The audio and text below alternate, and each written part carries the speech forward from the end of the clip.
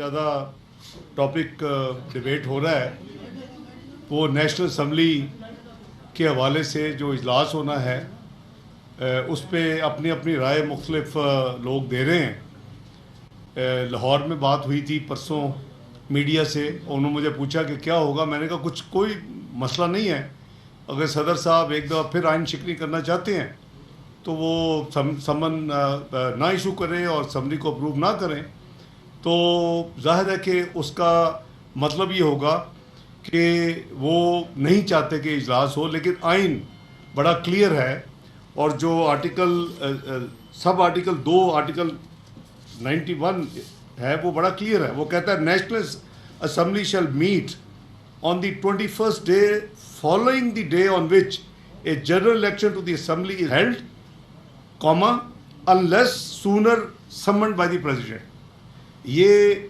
बिल्कुल क्लियर है। प्रेसिडेंट साहब 26 को बुला सकते थे, 27 को बुला सकते थे, 28 को बुला सकते थे, और जो हमारी इत्तला है और मीडिया में भी आ चुका है कि उनको जो असम्बली भेजी गई थी उनको ऑप्शन दी गई थी, लेकिन उन्होंने इतराज़ात लगा के वो फाइल वापस कर दी।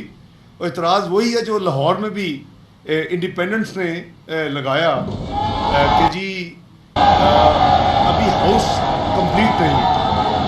हाउस जो कंप्लीट होता है वो उसका मतलब है जो नोटिफिकेशंस हो चुकी हैं वो हाउस के मेंबर्स होते हैं। जब तक नोटिफिकेशन नहीं किसी होगी वो हाउस के मेंबर्स नहीं है, एक। दूसरा, अगर इवन नोटिफिकेशन हो भी चुकी हो और हाउस बुलाया जाए, लेट्स से कोई मेंबर जिसकी नोटिफिकेशन में बीमार है, यहाँ तो ये भी मिसालें हैं कि पूरा पूरा सेशन लोग हल्फ नहीं उठा सके। पिछला आप 18 की देख लें जो इलेक्शन हुए थे, तो वो बार नहीं करता। स्पीकर साहब ने जो मेंबर्स नोटिफाइड हैं, जो मौजूद होंगे, उनसे हल्फ लेना।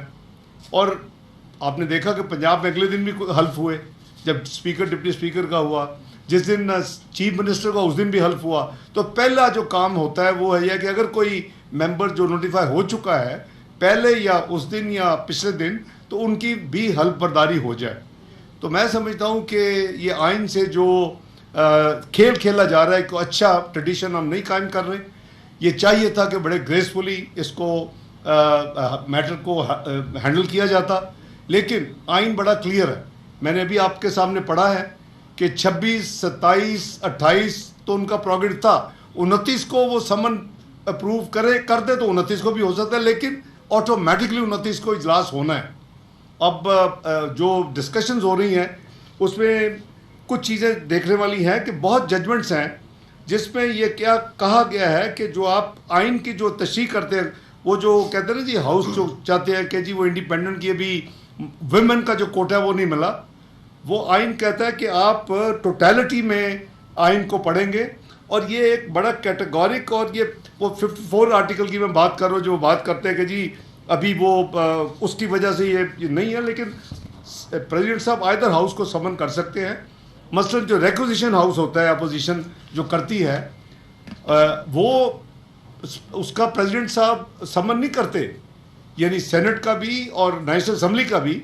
वो स्पीकर साहब की 14 दिन रूल्स में है कि उनके पास होती है, उनकी पावर है कि वो जिस दिन मर्जी बुला ले, लेकिन 14 दिन उनको भी बुलवाना पड़ता है। उनके पास भी चॉइस नहीं रह जाती, स्पीकर हो नेशनल असम्बली के केस में या सेनेट चेयरमैन हो सेनेट के हवाले से। तो मेरी गुजारिश ये है कि ये बड़ा दुनिया भी मजाक देख रही होगी। जो हमारी इत्तला ये है कि प्रेसिडेंट साहब ने वही जो पंजाब असम्बली में जो बातें हुई वही करीबन एतराज़ात लगा के उन्होंने कहा जी अभी असम्बली कंप्लीट नहीं है, इसका इजलास अभी हो नहीं सकता। इजलास होना ही होना 21st डे। मैंने लाहौर में भी अर्ज़ किया था, मेरे साथी भी मुझसे एग्री करते हैं कि ये इजलास, तो उस हवाले से ऑब्वियसली ये जिम्मेदारी है लॉ मिनिस्ट्री की, पार्लियामानी अफेयर मिनिस्ट्री की, प्राइम मिनिस्टर हाउस की, कि वो सब इंश्योर करें कि जो इस वक्त ट्रांजिट स्पीकर हैं, जो कि जब तक नए स्पीकर नहीं आते पुराने स्पीकर चल रहे हैं, कि वो 21वें दिन जो कि इलेक्शन से 8 फरवरी को हुआ था, 29 फरवरी को इजलास होना ही होना है। तो मेरी ज़ाती राय में ये जो इस वक्त एक कन्फ्यूजन क्रिएट किया गया है उसकी कोई बेसिस नहीं है, उसका कई केस लॉज मौजूद हैं।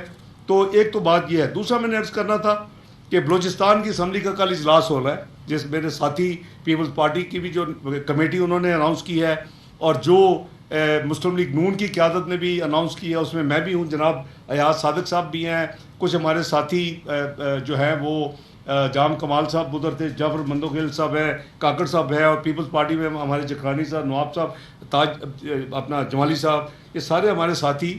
तो आज हमारी अभी मीटिंग हुई है, ये मीटिंग उसी का सिलसिला है, उसी की यानी कंटिन्यूटी है जो कि आपने चंद दिन पहले जो एक पीपल्स पार्टी और मुस्लिम लीग नून के दरमियान जो अंडरस्टैंडिंग हुई थी कि हम इकट्ठे मिलके प्राइम मिनिस्टर ऑफ पाकिस्तान को इलेक्ट करेंगे, हम इकट्ठे मिलके स्पीकर को इलेक्ट करेंगे, हम इकट्ठे मिलके डिप्टी स्पीकर को इलेक्ट करेंगे। मैं नेशनल असम्बली की बात कर रहा हूँ।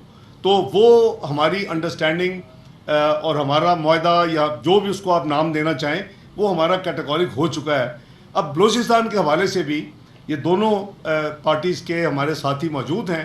तो अभी हमारी मीटिंग ख़त्म हुई है।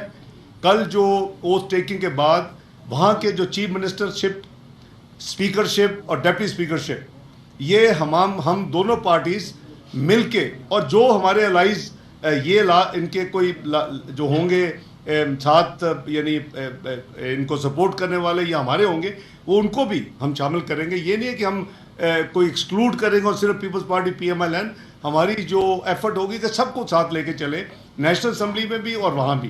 तो उसमें आपसे शेयर ये कर रहे हैं कि कल का जो बलूचिस्तान का इजलास होने जा रहा है इंशाअल्लाह, और ये सब साथी अब जो मेंबर्स हैं वो जाएंगे और वहाँ जाके कल हल्फ लेंगे। तो इंशाअल्लाह मुस्लिम लीग नून और पीपल्स पार्टी वहाँ बाहमी ताउन करेगी, जैसे फेडरल लेवल के ऊपर वफाकी हुकूमत के सिलसिले में और प्राइम मिनिस्टर के हवाले से और फिर स्पीकर नेशनल असम्बली के हवाले से, डिप्टी स्पीकर के हवाले से फैसला हुआ है, वही चीज़ फॉलो की जाएगी बलूचिस्तान में। तो हमने कहा कि हम बजाय ये कि कुछ क्वेरीज आ रही थी अलग-अलग बताने के, हम इकट्ठे आपसे बात करके तो आपको साहब ये बताएं कि प्रेसिडेंट साहब जो हैं वो असेंबली नहीं बुला रहे, क्या आप समझते हैं कि ये कॉन्स्टिट्यूशनल डिफाइंस है, वायलेंस है, और इस एक्शन के ऊपर आप फ्यूचर गवर्नमेंट हैं, क्या एक्शन लेंगे? देखिए, मैं तो लफ्ज़ यूज़ किया, स्ट्रॉन्ग किया है, आइन शिकनी मैंने कही है, लेकिन हो सकता है कि वो जेन्युइनली फील कर रहे हो इंटरप्रिटेशन, तो वो ये बड़ी क्लियर है कि इंटरप्रिटेशन जो भी हो, लेकिन 21वें दिन इजलास होना है, और वो वफाकी हुकूमत की भी जिम्मेदारी है, मैंने जैसे अर्ज़ किया लॉ मिनिस्ट्री की भी जिम्मेदारी है, पार्लिमानी अफेयर्स मिनिस्ट्री की भी जिम्मेदारी है, नेशनल असम्बली के सेक्रेटेरिएट की भी जिम्मेदारी है कि वो ट्रांजिट जो स्पीकर इस वक्त है, जिन्होंने एक नए स्पीकर को मुंतखब होकर उनको हैंड ओवर करना है, और जो ही वो आपको पता है कि हल्फ होंगे मेंबर्स के, तो 29 तारीख को उसके बाद लोग मेंबर्स अपना रजिस्टर करेंगे। हमारा यहाँ एक प्रोसेस है, और आप देखेंगे कि वो प्रोसेस करीबन 5 दिन का होता है। वो 5 दिन का प्रोसेस, पहले दिन मेंबर्स सोच लेते हैं और उसके बाद रजिस्टर पे साइन होते हैं, अगले दिन स्पीकर डिप्टी स्पीकर की नॉमिनेशन कागजात नामजदगी उसको फाइल किया जाता है, प्रपोजल सेकेंडर, और फिर तीसरे दिन उनका इलेक्शन होता है और वो इलेक्ट होते हैं। जब स्पीकर साहब इलेक्ट होते हैं तो नए स्पीकर को हैंड ओवर कर देते हैं, जब नए स्पीकर साहब टेक ओवर कर लेते हैं फिर डिप्टी स्पीकर का वो करवाते हैं इलेक्शन, फिर एक दिन का गैप आता है। ये माजी की ट्रेडिशन है, कोई ये इसको रिड्यूस किया जा सकता है। और जो चौथा दिन है फिर खाली होता है कि उसमें जो लीडर ऑफ द हाउस या प्राइम मिनिस्टर के जो कैंडिडेट्स हैं वो अपने पेपर्स, नॉमिनेशन पेपर उनके फाइल हो सके, और फिर 5वें दिन जो कि पीर होगा उनका इलेक्शन होता है कि लीडर ऑफ द हाउस कौन हाउस को चुनता है। तो ये उसी को हम फॉलो कर रहे हैं, और अस्यूमिंग आई होप के सेंस पर वे